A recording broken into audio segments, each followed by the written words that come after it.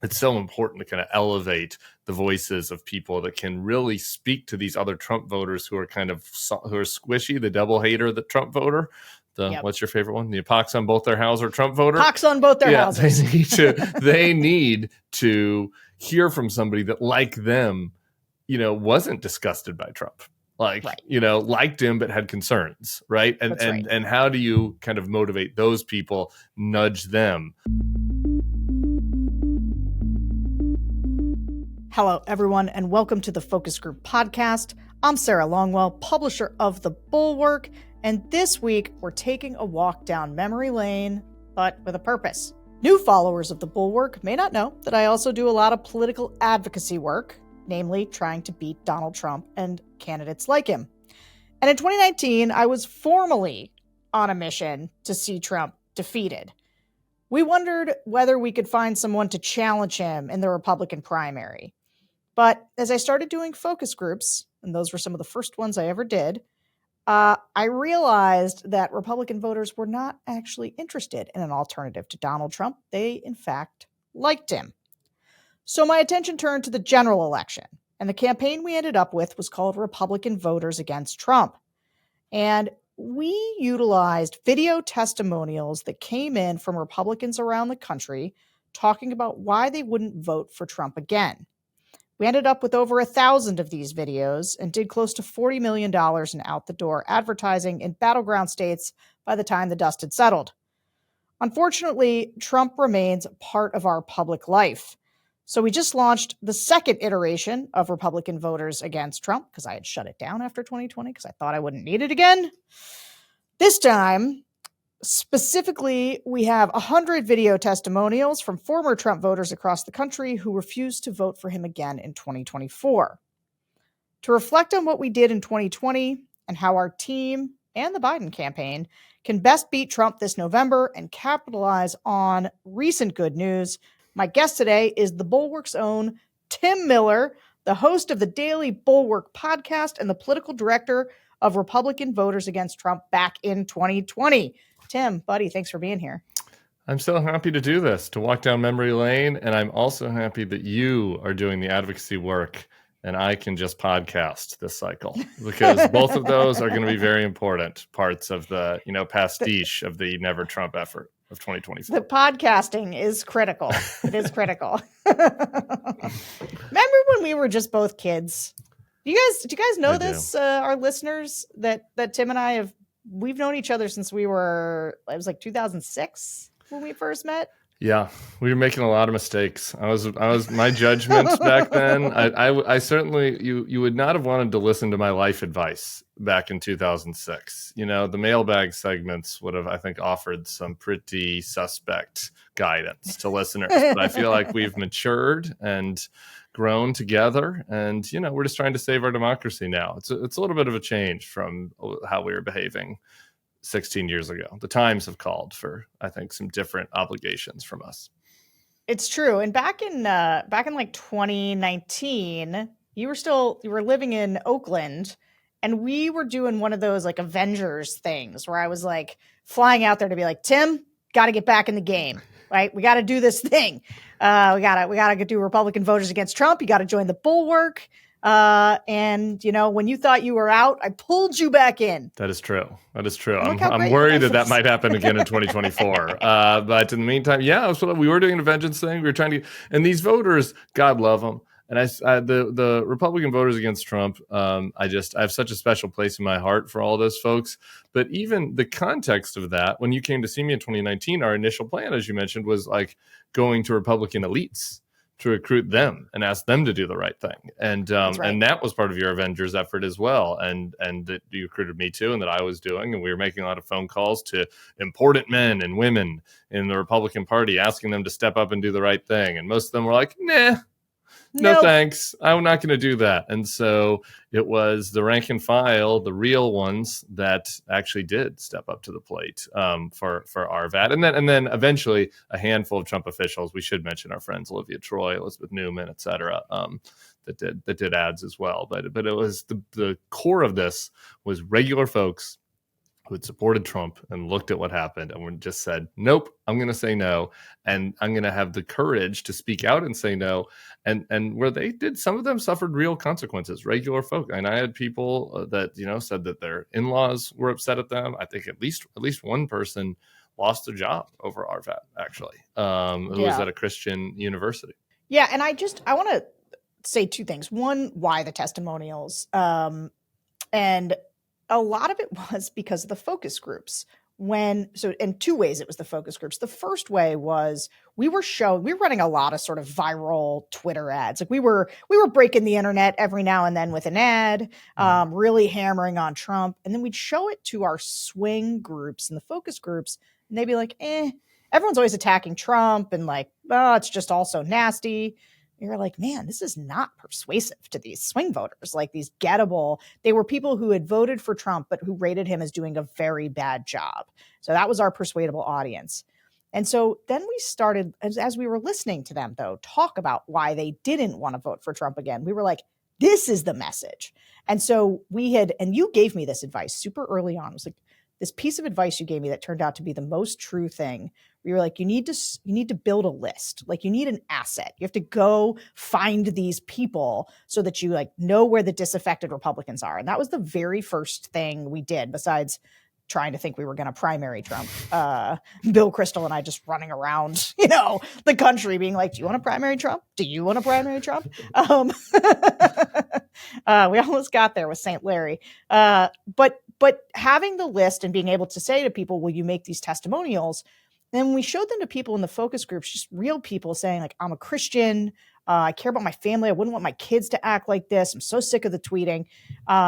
You show those to the people in the focus groups and they'd be like, yeah, that guy's my spirit animal. That's how I feel. And that's when we knew that we'd sort of cracked the code on real persuasion, which was this idea. And this was like the TED Talk that I gave was literally about this. It was about building a micro tribe. Our politics was extraordinarily tribal. How do you like allow them to maintain their Republican identity? Because that was something that was clear both from the focus groups and from the people who were making the testimonials, was that it was important to them to be a Republican. They'd been Republicans their whole lives. They remembered who they first voted for and why they became a Republican and why it mattered to them and why this didn't feel like a normal Republican time. And it was them being Republicans that made them want to reject Trump. And so Republican voters against Trump sort of was that micro tribe. And so that's sort of the focus groups led us to the program, and it ended up being sort of a big program in 2020. You and I worked on it together. Like you said, you're not doing it this time around, but I shut it down after 2020. I was like, great. No more Republican voters against Trump. Don't need that again. Did it. Did it. Success. Won.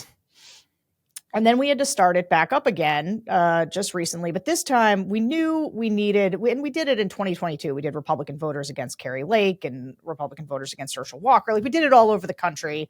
This has sort of become our go-to signature campaign because we think it's really effective. But this time we knew we needed Trump voters, people who'd actually voted for him, because, a lot of the Republicans, and maybe you can talk about this, like they've become the Tim Miller Red Dog Democrats. Like the people from 2020 were like, I've been a Republican my whole life. Lots of them never voted for Trump, right? They were already gone. Yeah, and these are a different category of people, right? I mean, we're really now subsecting and dividing up like already this minority group, right? Which is Republicans who don't like Donald Trump. Like that's already a pretty small group, but it's significant, right? Like these are the people that were the reason why Carrie Lake isn't the governor right now, that she's only a pretend governor, right? Then they were key reasons why Joe Biden won Georgia, for example, in 2020. So they matter, but it's important to kind of divide up the people that were, okay, I was a Republican my whole life. And in 2016, I voted for Evan McMullin or Gary Johnson or wrote in Ronald Reagan or whatever because Donald Trump sickens me, but I can't get around on Hillary. And then in 2020, I was pretty excited to vote for Joe Biden, right? These are, what I call the red dog Democrats. Maybe they're not Democrats forever, but they're Democrats for now. And these people also voted for, Democrats in the congressional races and the midterms, and also voted for Katie Hobbs and et cetera, right? So that group is super important this time, and we need to keep talking to them, make sure there's not any backsliding. But the way that they talk about Trump, and the way that they talk about their evolution is different than the way that people who voted for Trump at least once, and certainly the vote for Trump twice, talk about it, right? And I just think when you hear from like their reasoning for, a lot of what they might offer, what I would say for why I don't like Donald Trump, is that going to resonate with somebody that voted for Trump twice, right? Like, right. The whole permission structure concept that you've been working on, right, means that they need to now hear from people that thought more like they did, right? Which was that there are things that maybe there's something they liked about Trump, right? I liked that he was anti-politician or anti-establishment, right? Or I liked that he was more tough on the border or for terror, whatever, right? But I now have come around to the fact that, I didn't like January 6th. I don't like the chaos. I don't, right? Like and so these types of voters, while they're kind of lumped into the same category, are like their rationale is different. And so that's why I think that the project you're working on this time, it's so important to kind of elevate the voices of people that can really speak to these other Trump voters who are squishy, the double hater, the Trump voter. What's your favorite one? The pox on both their houses or Trump voter? Pox on both their houses. They need to hear from somebody that, like them, wasn't disgusted by Trump. Like, right. Liked him, but had concerns, right? And how do you kind of motivate those people, nudge them to either do what Mike Pence did, right? Which is something, right? A 2-time Trump voter that this time doesn't vote. That's a +1. That's good. That's a win. All right. We want them to vote for Biden, but okay, that's a net one for Biden. Moving them all the way to Biden is a net. Is a flip, right? So that's better. But communicating with those people, they're going to need to hear different kinds of message and different kind of messengers. That's right. Okay. So I just now we've done all this preamble, and I want to get into the groups. But first, actually, I did want to ask you about how you think the vibes are now compared to a few months ago. Like, do you feel like because one reason I had you on is to basically troll JVL, because we're finally starting to see some people say nice things about the economy. And I just can't take, JVL's been too happy lately, and I can't give him this one too. Yeah. But just generally, do you think like post State of the Union economy moving forward, spring is in the air? Like, is it morning in America, or are the vibes still pretty dour? Yeah. So I think that there's one piece of good information out there on this, and one that's pretty concerning that I think we're going to keep monitoring, and that you're going to have to keep focusing on in these groups, which is you can definitely sense the way that people talk about the economy is different, right? And you can sense it in these groups, and I can sense it in my casual focus groups at crawfish boils in Louisiana, right? Or with family or whatever. Like the sense that people are like, this economy is a disaster, like inflation is horrible, this is killing me. You just hear less of that now, right? And maybe in your 2-time Trump voter groups, but even still, then it's more macro, right? It's more like, oh, Biden screwed this up, the economy's terrible, inflation's terrible. It's less like, my experience is really terrible, right? And you can see this across all the polls. It's starting to move. Both numbers are moving, but my personal experience number of where people are like, either the economy's great for me, or it's okay, or it's bad. Like there's a lot of people moving into that it's okay space, right? Like that number is bigger. And so I think that is encouraging. And I think that was a necessary ingredient for Biden winning, by the way. So it's good that is a first step. But then there's another necessary ingredient, which is that some of those people need to give Biden credit for it, or at least give him okay marks on it, right? Yeah. And that we're not quite seeing in the numbers yet. You're maybe hearing a little bit from it in the groups. I'd be curious on what your view is on that. We heard it a little bit in the one group we're going to talk about today. But the Biden credit piece is and what is keeping people from that? Again, is that just a delay? Is there a lag on this? That's very possible. We've seen that in the past. Or is there something else about Biden that is preventing people from wanting to give him credit, age or whatever? So that I think is the thing to still monitor. Yeah. Okay. Well, I want to start with we're going to go into the focus group vault. Okay. This is some of the focus group sound we heard throughout 2020. Now, in those days, our focus group screen was 2016 Trump voters who rated him as doing a very bad job, like I said. So let's listen to how they talked about Trump. from why they voted for him to how they were feeling about the state of the country in the year 2020. He said all the right things. He's like, I'm going to come in, I'm going to get these career politicians out of here. We're going to do things in Washington a different way. And I think you see the true personality of him coming out. If people don't like him, he kicks them out. If people say something against him, he kicks them out. Like, he just wants everyone to be like, yes, Mr. Trump, whatever you say, Mr. Trump. I'm going to go hold a Bible in front of a church just because I want a photo op. I feel like every time that he tweets, it's never anything good, or it's to discredit, people that he's hired for his own team. In 2016, he said, "I alone can fix the problem," right? Those were his words. And I was really impressed by the amount of confidence that showed. I believe it was in March, it was a thing in the Rose Garden, and he says, "I don't take the responsibility." And I was like, nah, that's not. You're the leader of this country. You have to take the responsibility. As a lifelong Republican, I've crossed party a couple times voting. It's FUBAR right now. No leadership at the top. Just thoroughly disappointed all the way down in my party and what I believe has become a cult of personality at this point. I don't know, if I 100% love Biden. I don't know if all of his policies are going to be great or any of that kind of thing. I just feel that as the president of the United States has let 200,000 people die and is acting like it's not a big deal, I don't think that person can be in control of the country anymore. I can't stand the disrespect that President Trump, puts on people. And I can't stand when he have people that don't agree with him, he fires them. You can't have only yes people around you. So, Tim, go back February, March 2020. That was just COVID. That was like COVID was happening. I remember because it was my 40th birthday and I went to Vegas and I got that thing in right under the wire. I had to cancel the back half of the trip because I remember having to call people in California being like, I don't know, this like COVID thing sounds like it's a real maybe. So I'm going to just fly back home. I don't know. Do you remember like before COVID hit, do you remember what our theory of the case was about beating Trump?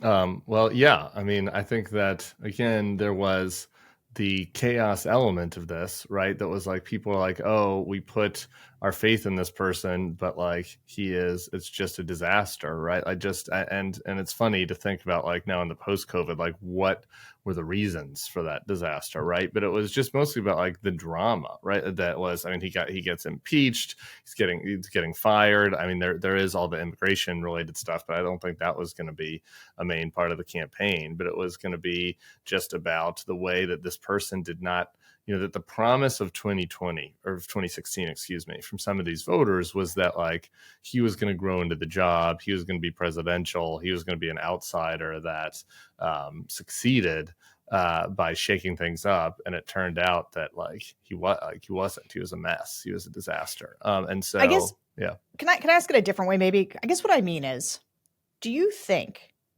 we would have beaten Trump in 2020 if COVID hadn't happened? I don't know. So I'm of two minds about it. On the one hand, COVID kind of helped a lot of politicians, right? And so it wasn't, because in a lot of countries, a lot of states, like people looked at their leader and was like, oh, okay, this is somebody that's taking this challenge seriously, and things aren't great for me right now, but they seem to have their hands on the wheel.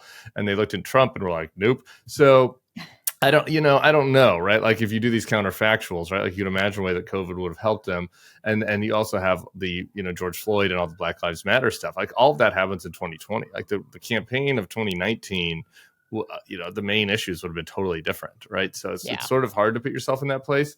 I think it would have been hard. I think that people forget, like even me, like listening to that audio just right now, the woman who brings up the quote of like Donald Trump saying, I don't take responsibility. Like that is just, there's a Trump crazy gaffe every week. It'd be like kind of probably listening 4 years from now to people being like, remember when Trump said there'd be a bloodbath? And you're like, I guess I kind of remember that. I don't know. Trump said insane things every week. Right. And so to think that the salience that had, right. Like, and the salience it had for voters, that they looked at him in this time of crisis and were like, no, you're a disaster. You're failing. You want to inject us with bleach. You're not taking responsibility. I think that obviously really harmed him. and that allowed us to gain new voters who were unsure of him.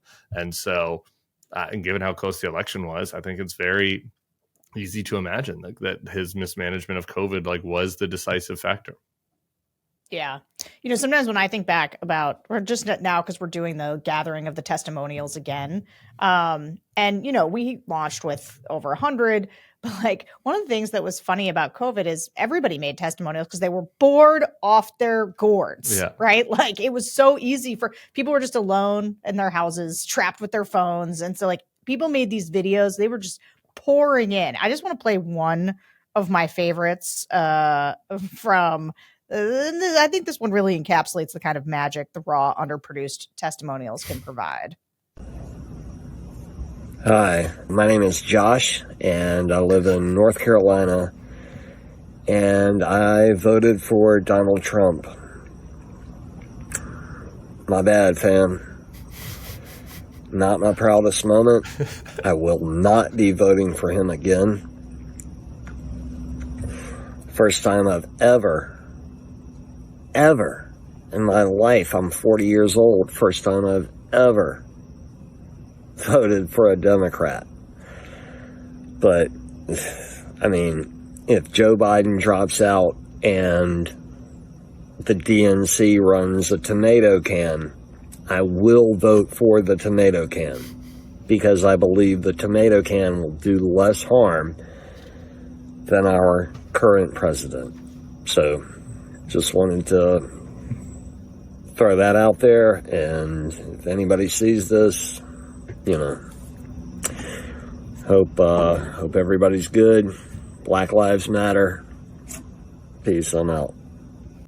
Josh the Bugman, he was an exterminator, became famous for a little bit after that particular testimony. And I just, since obviously it's evocative just listening to him talk, but also if you saw the video, he was also shirtless, sitting on what looked like a high school bleachers, and I believe he was smoking a cigarette as he maybe drinking a White Claw. Wasn't he also drinking a White Claw? I think he might have been drinking a White something Claw. like that. I forget.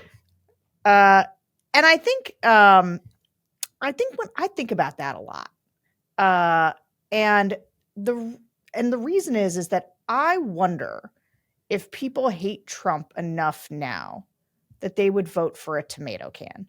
Now, I'm not calling Joe Biden a tomato can, but I sort of feel like you have to get Donald Trump to a place where the alternative is almost irrelevant, right? I'll vote for whoever because it's obviously better to have somebody to vote affirmatively for, but that I just think about him saying I don't care who they put up because I will not vote for this man again. Do you think now that COVID's not at the forefront? And, I was debating Patrick Ruffini for this thing called the Monk Debates. And the resolution was, be it resolved, Donald Trump is a strong general election candidate. He took the pro, I took the con. And I would say his strongest point that he made was the idea that the issue frame is just going to be so different for voters in 2024. The issues are going to be about immigration, the economy, and crime. Now, obviously, Democrats are going to want to make it about other things, abortion, Donald Trump. Do you think we can make it enough about Donald Trump that people are voting against him? I think it's very clarifying as to what the challenge is for the Democrats this time, as to how to get people to Josh back to that place mentally, because it's just not as visceral. And by the way, Josh, I love you, fam, and that was good. One of my favorites, many good ones. Because the COVID thing, for example, right? I feel like the narrative on that has totally changed, right? And 4 years later, people are kind of the really big mistake was that we masked too much or whatever. There is it is not as palpable for people, just how big of a disaster Trump was, in trying to handle that, and how chaotic it was. And at the time, it really was. And I think at the time, people were again, like you said, isolating and social distancing, and they're going, the person that is in charge of this is a buffoon, is a clown, and I can't, and so despite the fact that there were other data points, Operation Warp Speed, et cetera, it was just it was in it, they felt it, right? It was I cannot look at this guy's fucking clown ass press conferences again while I'm stuck here in my house. This is crazy. And we don't have that this time. And I do think that like getting people there is going to require a campaign to remind everybody about it. And that's why, I'm like, people are like, oh, people have heard about January 6th. They're they're sick of hearing about it. It's like, no, like these people need to have like him and his craziness and just like the total nonsense of the Donald Trump years, like in their face. And so that they can be like, oh, wait, this is what it will be like again. Right. And that is where I do think that while we last time did less of the elite level stuff of Republican voters against Trump, I do think we're going to need a little bit of more of that this time of the Trump officials, because they can speak to that more. They can refresh people's memory. Like there's the Esper video from this weekend where I was like, no, I was with him. He wanted to shoot Americans in the street. Like that's what he wanted. Like people need to be reminded of that kind of stuff in a very dramatic, compelling way. And I do not think that like kitchen table ads are like the way to change the issue frame. Like you got to make it about the threat of him and also abortion. To your point, Biden does have opportunities to improve perceptions of his age and of the economy. Here's what we heard about the state of the country from a group of Trump to Biden voters the day after Biden's most recent State of the Union. I'm pretty tied to the employment market as a headhunter, and like that's really good. Although other than 2020, it really hasn't been that bad as far as like the unemployment rate and things like that. I live outside of Philadelphia too, like a couple of miles outside of Philadelphia, and the crime rate is much, much better than it was. The news does still tend to focus on the scary stuff because I think it gets people to watch. So I think things are better in general. I would say we're on a steady incline economically towards the good. I mean, by the grace of God, my wife and I, we were able to build our home from the ground up last year, which was a great thing. But socially, I think we're in a bad space because from the government down, just the spirit has infiltrated into everyone where if you don't believe what I believe, I can't talk to you. I have concerns about civility and honesty in politics. I get very frustrated that it seems like Congress can get nothing done, that there's no cooperation between Republicans and Democrats. Economically, I don't see things as bad. I think they're stable. And after coming off of COVID, that's, a step in the right direction. So I tend to be hopeful. Now, I want to say you do hear still in some of the flipper groups we've done recently, the Trump to Biden voters, people who voted for Biden in 2020, you do still hear some catastrophizing about the economy, but it has started to shift. If you want to get a sense for how people were talking like 6 months ago, we're going to link to an episode of this show that we did with Amy Walter from back then. It's going to be in the show notes. This level of positivity, it's turning around, it's looking better, crime's going down. Like we are just starting to hear that. And I've said for a long time, voters are a lagging indicator on these things. It sort of takes a while to really, they're not like, oh, the Wall Street Journal told me that the economy is good. So like, They have to feel it in their lives. And so I guess that's what I was asking you before. Like when you heard this set of voters, did you think, okay, things are getting better for these guys, I guess? Yeah. I mean, so on the one hand, it was like a sense of relief. It's like, okay, this is good. All right, this is good. These folks are sounding like the Trump to Biden voters that they are, right? Like they were sounding like what we were talking about in 2016 and 2020, who like weren't so thrilled about Biden or weren't so thrilled about Democrats, but really don't like Donald Trump, really don't like that. One ones who mentioned civility, right? Like are really worried about that and like leadership and America's standing, right? So all of that is good. My only one note of, I don't know, not alarm, but like concern is that like, okay, but these are Biden voters, right? Like they are, okay, they're swing voters, yeah, but they're swing voters that voted for Biden last time, right? So he's going to need all of them or like a lot of them, right? And so in order to offset some of the other groups you've been having recently, like the episode with Ashley Allison, where, there's a little bit of bleed among black male voters, right? And so, I think that it is encouraging that people are starting to talk that way, and I think that absolutely Biden needed that. is impressions of the economy to update, and it feels like things are moving that direction. But you can't do a full, I guess, victory lap just because Biden voters are starting to sound good about Biden again. Like that's like totally. The entry level. Like, that's step one. But that's the reason I bring up the Amy Walter episode, because if you want to go panic, go back and listen to that episode about where people are just giving Biden. I mean, I haven't re-listened to it in a while, but my recollection, and I know because we did hundreds of flipper groups and we talked about it internally a whole bunch. There's just a lot of backsliding among the people who voted for Trump and then voted for Biden. And it was hard for them to get there on Biden. And now they were very much like things are a disaster, the border, crime, the economy. And when I listen to this group, I'm like, all right, they're getting there on the economy. They're getting there on crime. Like you heard people talk about crime actively going down. You also heard some people be like, I live outside the city and, it's on the news all the time. And I still feel like, people are scared of the crime in the city. Still concerns about age. Still concerned about age and still concerns about immigration. Yeah. I mean, immigration. I want to have a whole conversation. We'll see how much time we have to get into immigration, but I want to talk about it because it is one woman raised her hand and was just like, I want to talk about immigration. None of you live in Arizona on these border states. But on the age question, they had, even for people who just caught clips of the State of the Union, that had gone a long way. Let's listen to how they talked about the State of the Union. I thought he was energized, shockingly, and that's one of my biggest complaints about him. Not the age so much. It's just, he's not an enthusiastic, energized guy. I mean, Trump's relatively the same age as him, but just comes off more energized. That's why, he made a couple jabs at Lindsey Graham, which comes off good in this day and age. He will work across. He has relationships with these folks. It's not just me and my gang versus that gang. So I like that. I saw that a couple times. Sometimes you could tell he was going off script, which is good. He was, flowing improv, which is good. He's showing he's competent. And they were talking about how it was a campaign event. And I was thinking, okay, well, what if that were Donald Trump giving the same speech last night because he was the president? And I'm like, well, of course it would have been a campaign event. It's campaign year. So yeah, it was a campaign event at parts, but so be it.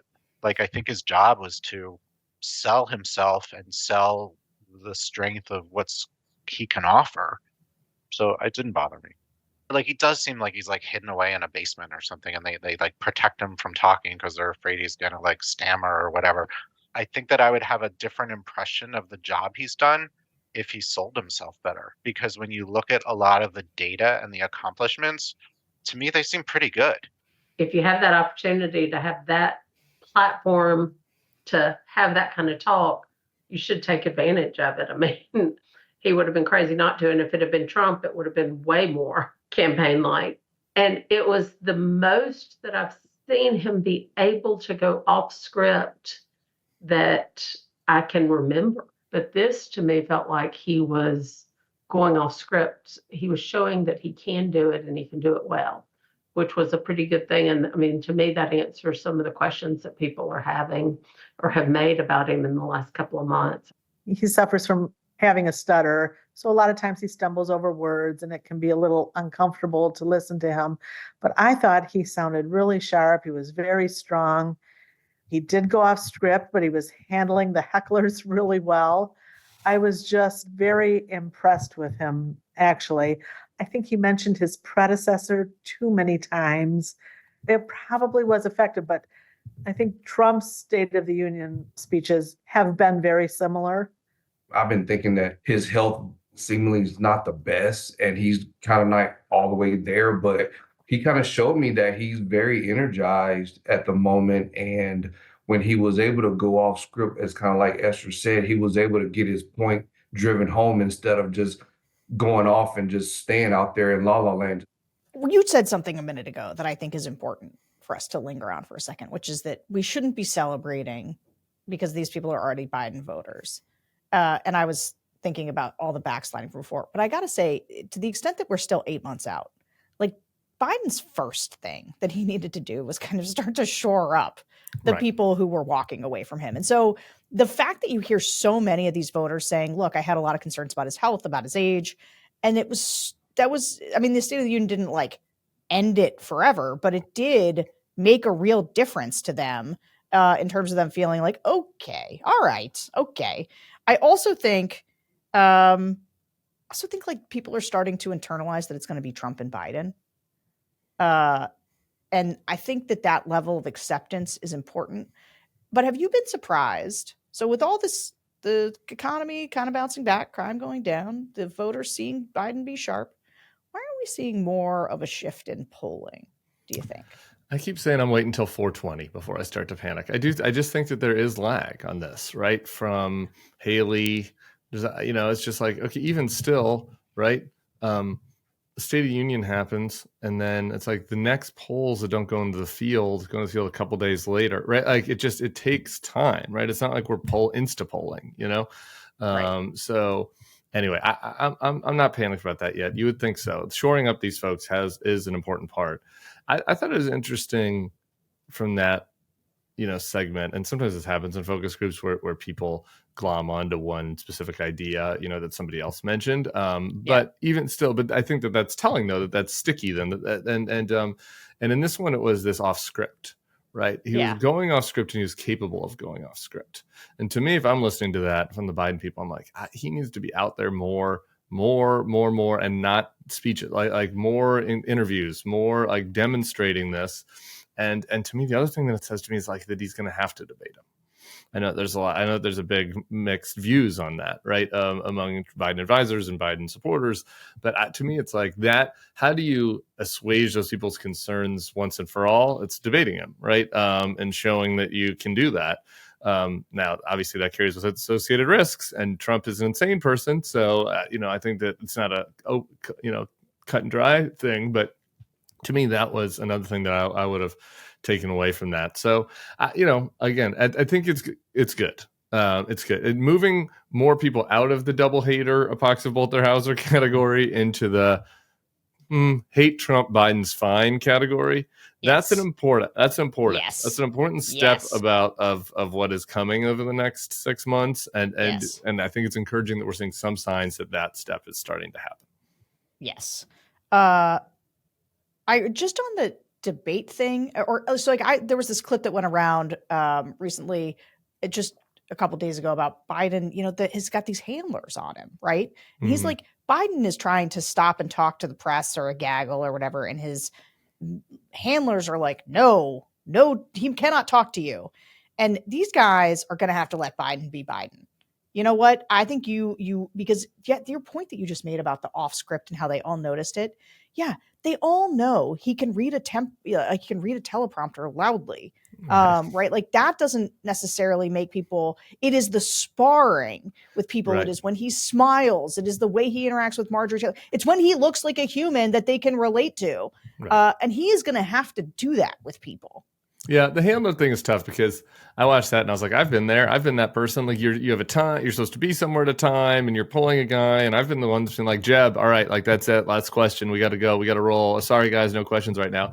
But you also have to be conscious of that, the look bad. And that's the environment that they're in right now, where we're looking like you're protecting him and or babying him, even worse, right? It's like the worst thing that you can do. That's right. And so I just think that despite the fact that I think that probably what was happening there is a pretty normal thing, it just that is something that probably wouldn't look bad if Gretchen Whitmer's handlers were doing that to her outside of the state in Michigan or something, just because like nobody thinks that Gretchen Whitmer is in the basement. And I'm not saying that it's fair that some people think that Joe Biden is in the basement and not capable, but some people do think that. And so you have to live in the real world and do things that put him in the best light given those concerns.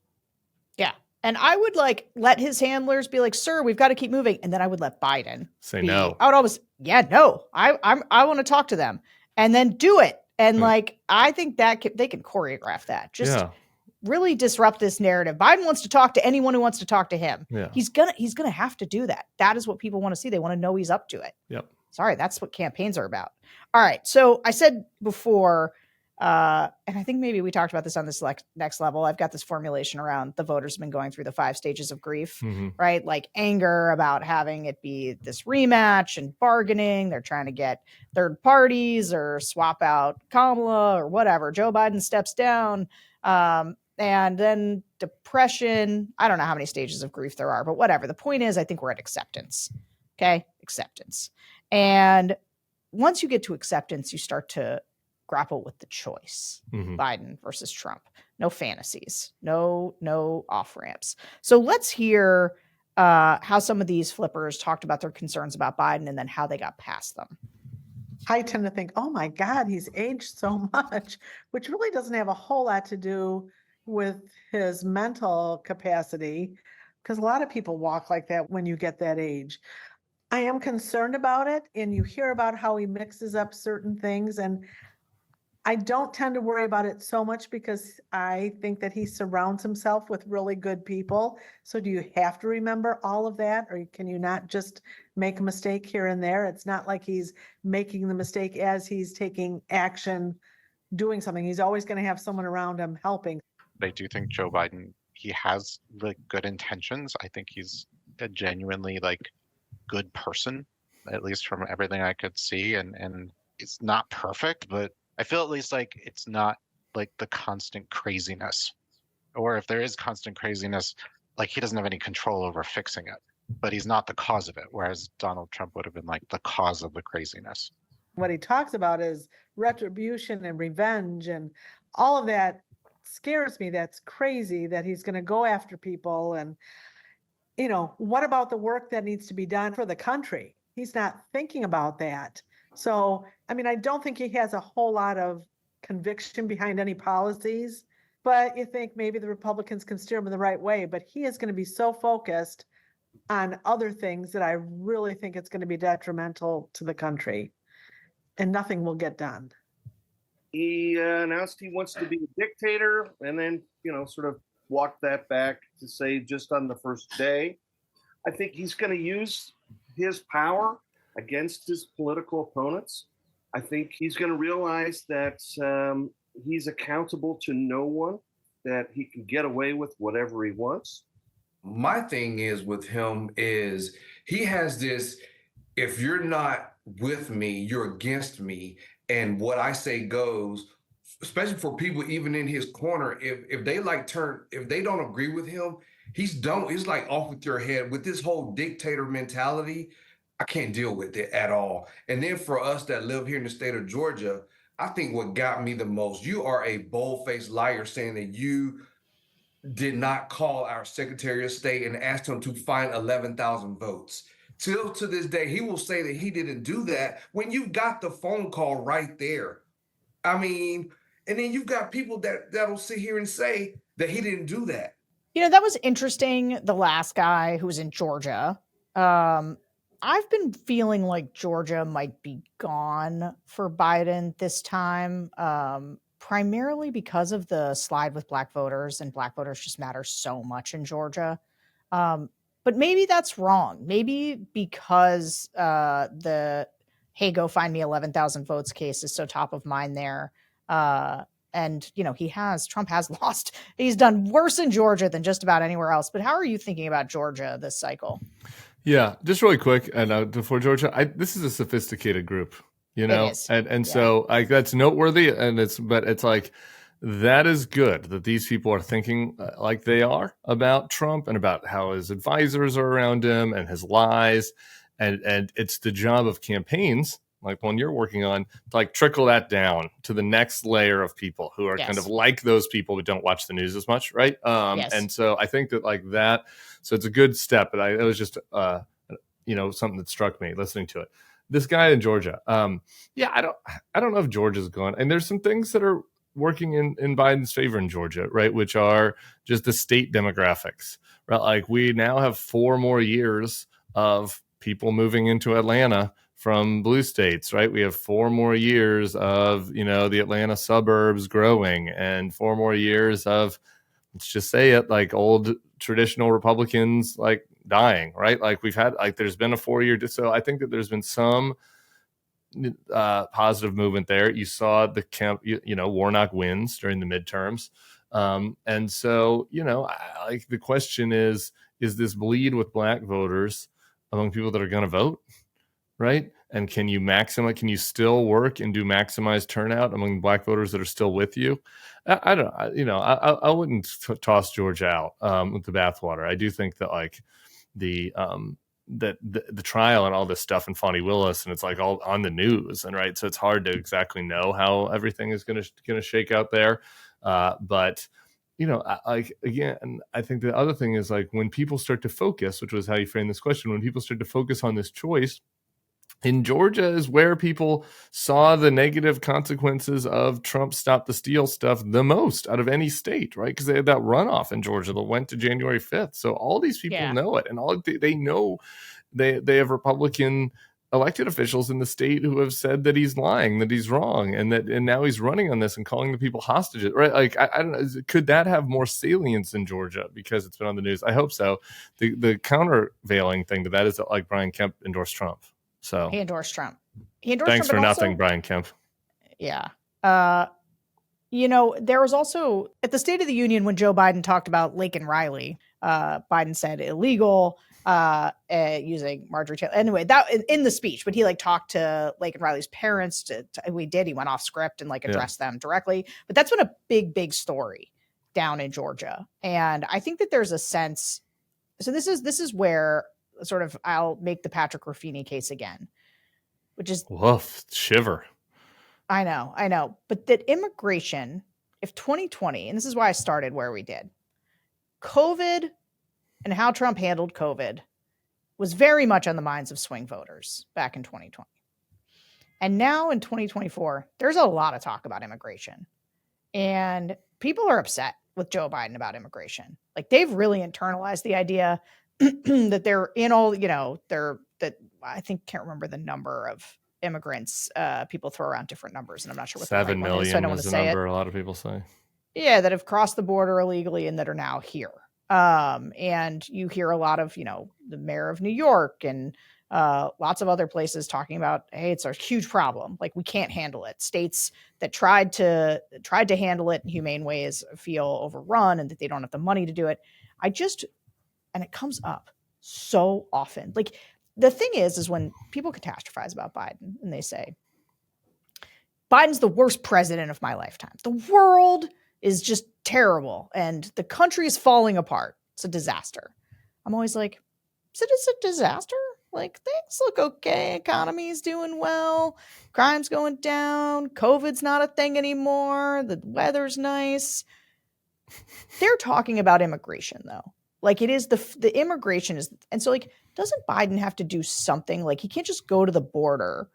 It feels like there has to be, and obviously he can go on offense about, and he did this. He did it during the State of the Union about the fact that Republicans won't do anything about it, and he tried. I still don't think that's going to be enough. Right? Or I don't know. What do you think? Yeah, I think it's probably not going to be enough. I think they'll probably need to do more. And the premise, I take what you're saying. This is not a criticism, but like the premise of the idea that immigration is COVID has some holes to it, right? I mean, just in the sense that COVID impacted every single person's life. I'm just saying that that's what I feel like is going to be the dominant issue. Yeah. I take that point. I just think that the salience of it is different because it's not COVID, right? Like it's not everybody has hordes of immigrants in their neighborhoods, right? I mean, there is some real life impact. I think like the person in the focus group in Arizona said, I was with my family this weekend. They live in Denver, which is a sanctuary city. Like you can see the effects of this in Denver. Like there are a lot of Venezuelan asylees that are like offering to wash windows and stuff on the street. Like there's a noticeable difference. So there is some palpable difference in some people's lives, but not to the degree of COVID. So I do think he's going to need to do something. I wonder, one thing I'd like to see in testing is most Americans, Democrats sometimes are hesitant to go on offense on issues that they think are bad for them. So I've like been a long advocate for this on guns, which is like, they've been so spooked on guns. And I'm like, you can't, why not go on offense about this and say these guys want 18-year-olds to be able to get guns without a permit or without a background check?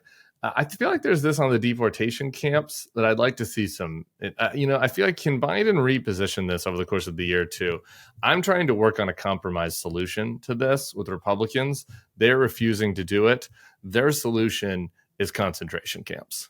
And like, they've said it on videos. Do people want that? Do people want that? I don't know. Maybe people do want that. I kind of don't think so. I kind of don't think that the swing the Trump Biden people are like so jazzed about deportation concentration camps is different from deportation camps. I mean, okay, sure.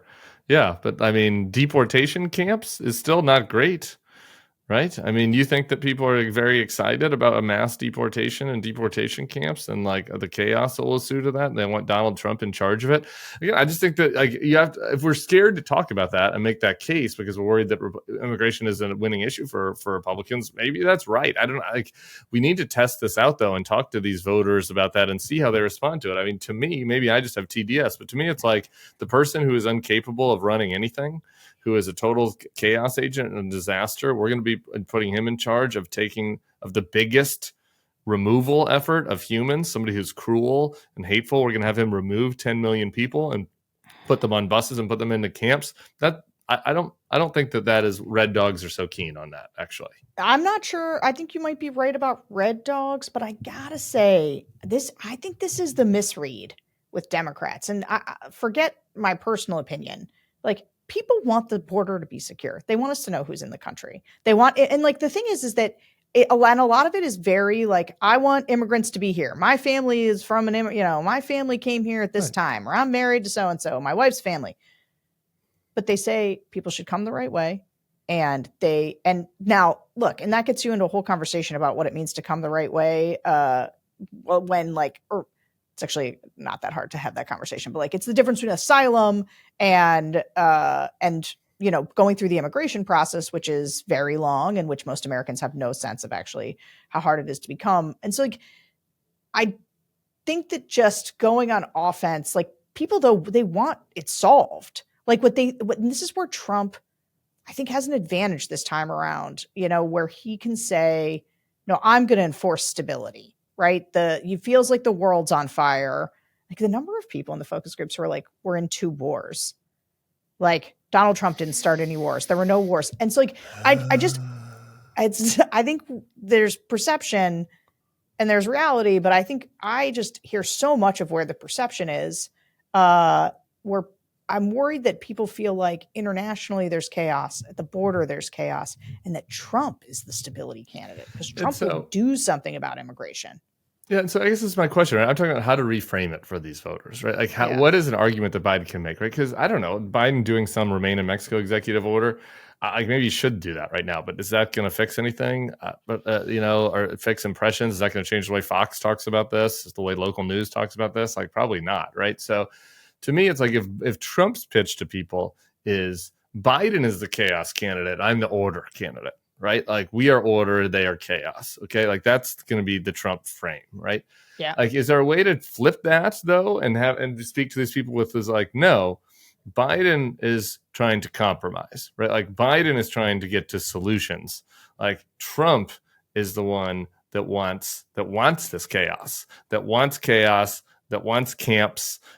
cooperation solutions versus chaos camps. I don't know. I'm just spitballing right now. That's not like you're the one that's doing RVAT 2024. I'm just a commentator, but like, I feel like that is how they've got to work through how to think about this and how to talk about this, which is like, they're trying to find a solution. And these other guys are like, want to do something that is very un-American and that is not going to actually solve the problem, and that it's going to create chaos in its own. Like, anyway, you think that if you think it's order to try to deport 10 million people from this country, I'd like to watch. I wouldn't like to watch, actually, but a Donald Trump effort to put together a organized deportation of 10 million people. Let me tell you, if you think that it's chaos now, you haven't seen fucking chaos till you watch that. Well, I do think Biden's got to figure out a way to go on offense on the border. So I agree with that. I'm not sure I agree that we've landed on exactly what that offense looks like. That's okay. That's okay. That's good. We can work all through right. it. We no rush, So rush. We're only 7 months away from a MAGA autocracy. So, maybe we should get on figuring that one out. Yeah. Well, Tim Miller, thank you so much for joining the focus group. This is why we do the focus groups. That's why we do the focus groups, to learn how these people are thinking about it. Yeah. And hash through how we can talk about it. That's right. So thanks for doing this, buddy. And thanks to all of you for listening to another episode of the Focus Group podcast. And if you are a former Trump voter out there who thinks he shouldn't hold office again, go to rvat.org to send us a testimonial. And if you aren't, you can still visit our site and share a testimonial, because you just never know who in your circle might need to hear it. So one more housekeeping item. We might wait. This is your fault, Tim. We might wade into mailbag questions on this podcast. Why is it my fault? Because you're doing it and it's fun. Oh, okay. Great. So I think we should do it too. So if you have burning questions about the focus groups, how we do them, what we hear, you can email focusgroup@thebulwark.com, and we may chat about a few of them in the coming weeks. Thanks for listening, and we will see you next week.